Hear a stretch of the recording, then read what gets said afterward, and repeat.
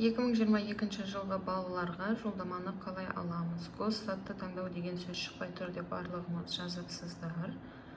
Ендеше қараңыздар, балабақша білім алматы KZ сайтына кіресіздер. ЕЦП менен сіздер 2022 жылғы баланы тек қана кезекке қоя аласыздар. Қазіргі таңда мемлекеттік балабақшаға, яғни госсадикке сіздер ол баланы кіргізе алмайсыздар. Себебі оның өзінің ережесі бар. Сайтқа міне кірдіңіздер, журнал заявлениелеріңізге кіріп, кезектеріңіздің номерін көре аласыздар.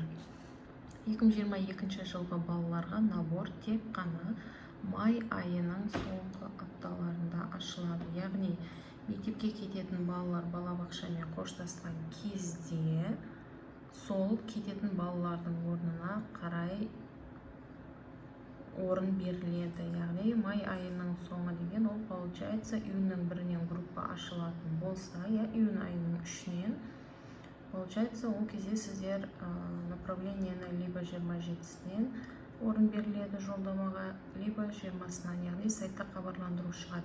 27-сі балабақша орын берсе, сіздер оны кезек номерлерге байланысты вторник, среда, четверг күндері ала аласыз, немесе пятница күні общий кезектен ала аласыздар.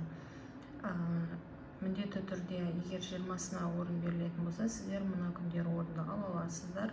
Сіздердің направлениелеріңіз 3-не дейін жарамды болады. Және ол аралықта сіздер медициналық құжаттарыңызды дайындап үлгеру керексіздер. Сіздерге 5 күн уақыт беріледі. Сол 5 күн уақыттың ішінде сіздер ол құжатты дайындап үлгеру керексіздер. Сіздің 2022 жылғы балаңыз бар болса, осы журнал заявление кіріп, заявлениеңіздің үстін басып көре аласыздар. Қараңыздар, сіздерде изменить категорию льготности тұр, снять с очереди и выбрать частные детские дошкольные организации шығып тұр.